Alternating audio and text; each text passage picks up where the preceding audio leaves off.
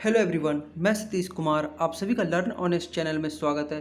दोस्तों, आज हम एनसीईआरटी सिक्स्थ क्लास ज्योग्राफी का फोर्थ लेसन, जिस लेसन का नाम है मानचित्र, इस लेसन से रिलेटेड जो भी इंपॉर्टेंट चीज़ें हैं जो अक्सर हमारे एग्जामों में पूछे जा सकते हैं, हम उसके बारे में डिस्कस करेंगे।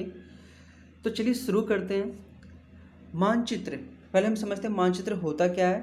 मानचित्र पृथ्वी की सतह या इसके एक भाग का पैमाने के माध्यम से चपटी सतह पर खींचा गया चित्र होता है। मानचित्र हमारी विभिन्न ज़रूरतों के लिए आवश्यक है। जब बहुत से मानचित्रों को एक साथ रख दिया जाता है तब यह एक एटलस बन जाता है। एटलस विभिन्न प्रकारों तथा अलग अलग पैमानों से खींची गई मापों पर आधारित होता है। मानचित्रों से एक ग्लोब की अपेक्षा हमें ज़्यादा जानकारी प्राप्त होती है। मानचित्र विभिन्न प्रकार के होते हैं, जिनमें से कुछ इस प्रकार है।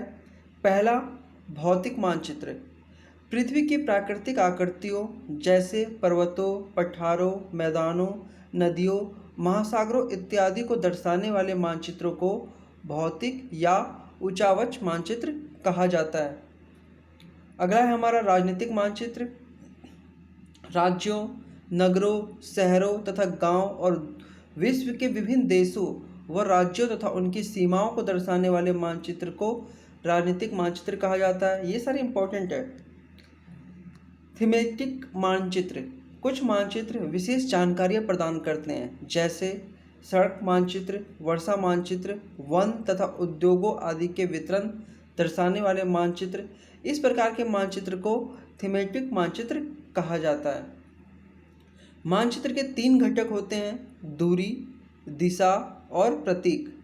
दूरी, मानचित्र एक आरेखन होता है जो कि पूरे विश्व या उसके एक भाग को छोटा कर कागज के एक पन्ने पर दर्शाता है। मानचित्र छोटे पैमाने पर खींचे जाते हैं, लेकिन इसे इतनी सावधानी से छोटा किया जाता है ताकि स्थानों के बीच की दूरी वास्तविक रहे। पैमाना, स्थल पर वास्तविक दूरी तथा मानचित्र पर दिखाई गई दूरी के बीच का अनुपात होता है। मतलब पैमाना किसे कहते हैं? स्थल पर वास्तविक दूरी तथा मानचित्र पर दिखाई गई दूरी के बीच का अनुपात होता है। उदाहरण के लिए, आपके विद्यालय एवं आपके घर के बीच की दूरी 10 किलोमीटर है, जिसे मानचित्र पर 2 सेंटीमीटर की दूरी से व्यक्त किया गया है। इसका मतलब है कि मानचित्र का 1 सेंटीमीटर स्थल के 5 किलोमीटर को दर्शाएगा। आपके रेखा चित्र का पैमाना क्या होगा? 1 सेंटीमीटर बराबर 5 किलोमीटर। ठीक। जब बड़े क्षेत्रफल वाले भागों जैसे महाद्वीपों या देशों को कागज पर दिखाना होता है तब हम लोग छोटे पैमाने का उपयोग करते हैं। उदाहरण के लिए, मानचित्र पर 5 सेंटीमीटर स्थल के 500 किलोमीटर को दर्शाता है। इसको छोटे पैमाने वाला मानचित्र कहते हैं। जब एक छोटे क्षेत्रफल वाले भाग जैसे आपके गांव या शहर को कागज पर दिखाना होता है तब हम बड़े पैमाने का उपयोग करते हैं। जैसे स्थल पर 500 मीटर की दूरी को मानचित्र पर 5 सेंटीमीटर से दर्शाया जाता है। इसी प्रकार के मानचित्र को हम बड़े पैमाने वाले मानचित्र कहते हैं। बड़े पैमाने वाले मानचित्र छोटे पैमाने वाले मानचित्र की अपेक्षा अधिक जानकारी प्रदान करते हैं।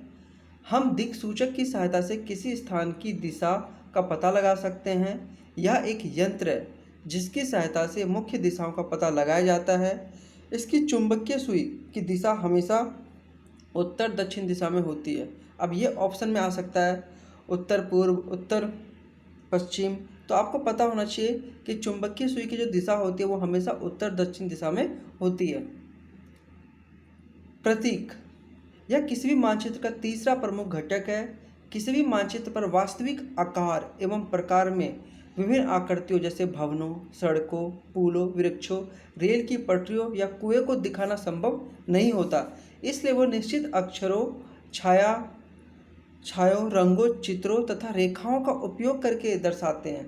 ये प्रतीक कम स्थान में अधिक जानकारी प्रदान करते हैं। मतलब उसका एक प्रतीक का मतलब होता है, जैसे सूरज है, एक एग्जाम्पल समझ लीजिए, सूरज भगवान का प्रतीक है, तो इस तरह से एक प्रतीक के रूप में प्रयोग किया जाता है। इन प्रतीकों के इस्तेमाल के द्वारा मानचित्र को आसानी से खींचा जा सकता है तथा इनका अध्ययन करना भी आसान होता है। और मानचित्रों की एक विश्वव्यापी भाषा होती है, मतलब यह हर दुनिया में उसको एक ही जैसा रखा गया ताकि जो व्यक्ति अदर कंट्री का है और उसको इस देश की भाषा नहीं आती है तब भी वो मानचित्र की सहायता से उन चीज़ों को समझ सके, मतलब अपनी दिशा दूरी को वो सही से समझ सकते हैं। ठीक है, जिसे सभी आसानी से समझ सकते हैं। इन प्रतीकों के संबंध में एक अंतर्राष्ट्रीय सहमति है। ये रूट प्रतीक कहे जाते हैं। इसको क्या बोलते हैं? रूट प्रतीक। विभिन्न रंगों का उपयोग भी इसी उद्देश्यों से किया जाता है, जैसे नीले रंग का इस्तेमाल जलाशय के लिए, भूरे रंग पर्वतों के लिए, पीला रंग पठारों के लिए और हरा रंग मैदानों के दर्शाने के लिए किया जाता है। रेखा चित्र एक आरेखन है जो पैमाने पर आधारित न होकर याददाश्त और स्थानीय प्रेक्षण पर आधारित होता है।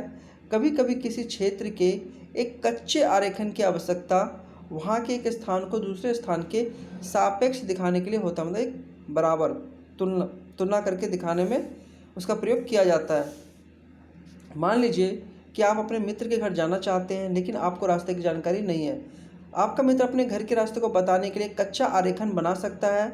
इस प्रकार कच्चे आरेखन को पैमाने की सहायता से खींचा जाता है तथा इसे रेखाचित्र मानचित्र कहते हैं। खाका एक छोटे क्षेत्र का बड़े पैमाने पर खींचा गया रेखाचित्र खाका कहा जाता है। ध्यान से सुनिए, एक छोटे से क्षेत्र पर बड़े पैमाने पर खींचा गया रेखाचित्र उसे खाका कहा जाता है। एक बड़े पैमाने वाले मानचित्र से हमें बहुत सारी जानकारियाँ प्राप्त होती है, लेकिन कुछ ऐसी चीज़ें होती हैं जिन्हें हम कभी कभी जानना चाहते हैं, जैसे किसी कमरे की लंबाई एवं चौड़ाई जैसे जिसे मानचित्र में नहीं दिखाया जा सकता। उस समय हम लोग बड़े पैमाने वाले एक रेखाचित्र खींच सकते हैं जिसे हम खाका कहते हैं। तो दोस्तों, इस लेसन में जो भी इंपॉर्टेंट चीज़ें थी मैंने उन्हीं को मेंशन किया है। अगर वीडियो अच्छा लगा तो वीडियो को लाइक कीजिए, चैनल को सब्सक्राइब कीजिए और मैं आपको इसी तरह की और भी वीडियो प्रोवाइड करूंगा। और विश्वास कीजिए मैं एनसीईआरटी बुक से उन्हीं पॉइंट्स को कवर कर रहा हूं जो इम्पोर्टेंट है। धन्यवाद।